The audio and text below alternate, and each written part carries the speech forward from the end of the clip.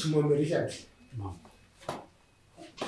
Anonzi Jasper kukosera uyatora wenyu.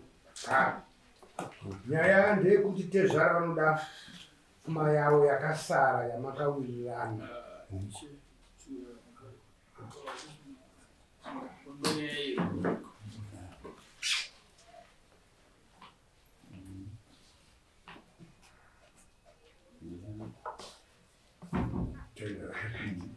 Chimombe Richard naJasper kukosera.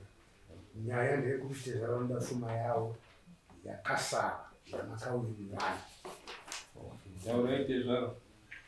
Wakasara mombe Chimanda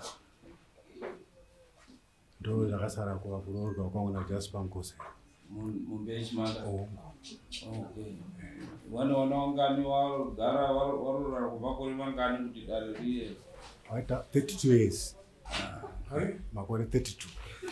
Vanoona ungani? Vanowana 4 vasikana 2 vakomana 2. Saka vanozi mombe imwe ndo yakasara.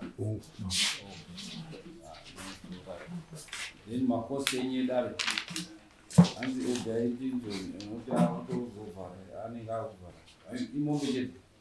Pane zvamai zvakasara bhegi raamai neamburela pane zvamai. Mombe imwe chete bhegi neamburela zvamai.